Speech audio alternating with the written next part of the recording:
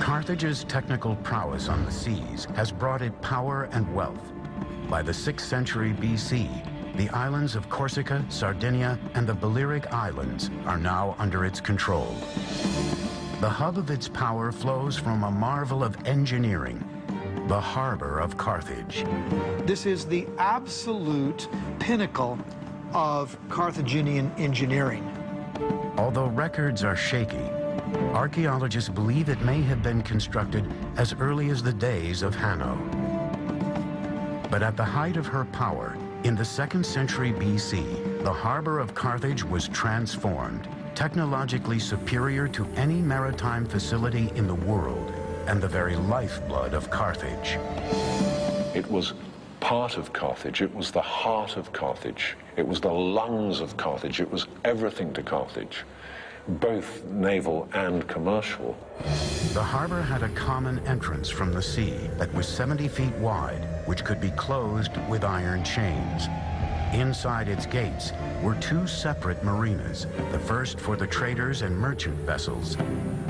The mercantile harbor, the commercial harbor, was organized with conventional wharves to make as easy as possible the loading and unloading of goods. So in Carthage, readily one can imagine in, say, 400 BC, you would see all the goods there were in the then known world being bought, being brought, being sold in Carthage.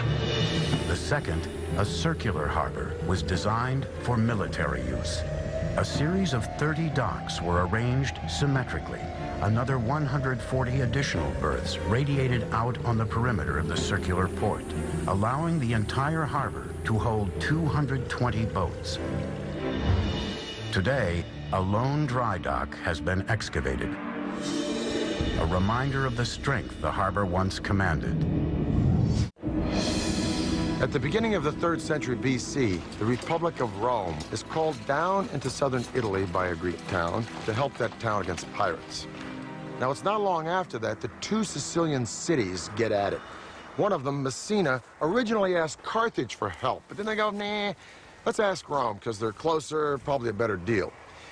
Syracuse fights Messina and Rome 1 battle, quits, gives up, turns himself over to Rome, and Rome, in the span of decades, has all of southern Italy and eastern Sicily. This really POs Carthage, and thus begins the First Punic War.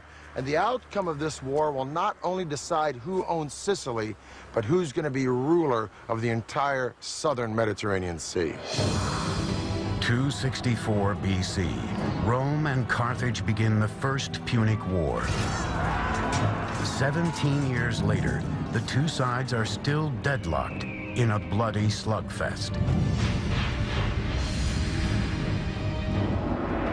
The stalemate appears to be broken only when a fierce and charismatic military commander named Hamilcar Barca takes control of the Carthaginian forces.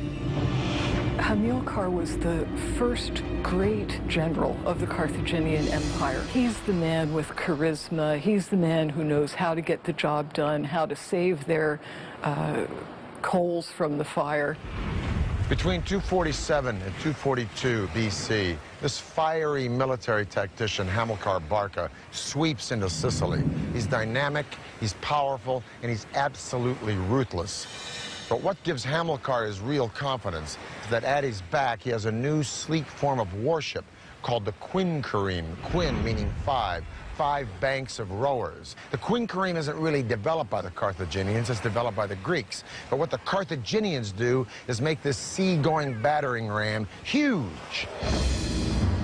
In that period of the Punic Wars, wow, they were the feat of shipbuilding and engineering. Quinquereme apparently had 5 banks of oars. Now, there's been some debate exactly how that worked, but it is believed that there were 3 levels with 5 guys, 2 on the top 2 levels, each with an oar, and then 1 guy at the bottom. Whatever the case, it was a bigger, larger version of the trireme. However, even though it's a bigger version, the tactics involved in naval warfare are exactly the same. The main purpose of these ships is to ram the enemy's ship. That's what they were engineered for. Outfitted with a bronze-covered ram, they were designed for speed and maneuverability. These were very, very, very quick. Trying to catch a Carthaginian warship was trying to hit Muhammad Ali in his prime as a boxer. A standard quinquereme was roughly 120 feet long, 9 to 16 feet wide, and could hold up to 420 sailors. Fully manned and loaded, a quinquereme weighed more than 100 tons. On open water, these mega ships were killing machines. And this thing is just coming straight at you at a speed you've never dreamt of as possible. And bang! The whole of your boat shakes, your ship shakes, and you start to sink. Compare that with the trireme, where often the model was probably much more to engage with the enemy ship and have land fight at sea. The Carthaginians didn't mess about like that. They wanted to get in, they hit you once and you drown, and they're gone. To hit the next one, deadly. Now, the genius of the Carthaginians was in figuring out how to mass produce these ships. They took sort of prefabricated parts and put them all together on an assembly line. So to an enemy, no sooner would a quinquereme be sunk than another one would appear on the horizon. And this was a distinct disadvantage for the Roman Navy until they came upon a wrecked quinquereme, and they sort of reverse engineered it. They deconstructed it, figured out how it was put together, put it back together, and made it their own. They captured a grounded Carthaginian quinquereme and made dozens of copies of these. In fact, the copies weren't as well made and were made out of green wood, and after one season they fell to pieces. But never mind, that's all the time the Romans needed to turn the tide. The Roman and Carthaginian fleets would now square off with the ancient world's equivalent of weapons of mass destruction to see who truly owned the seas.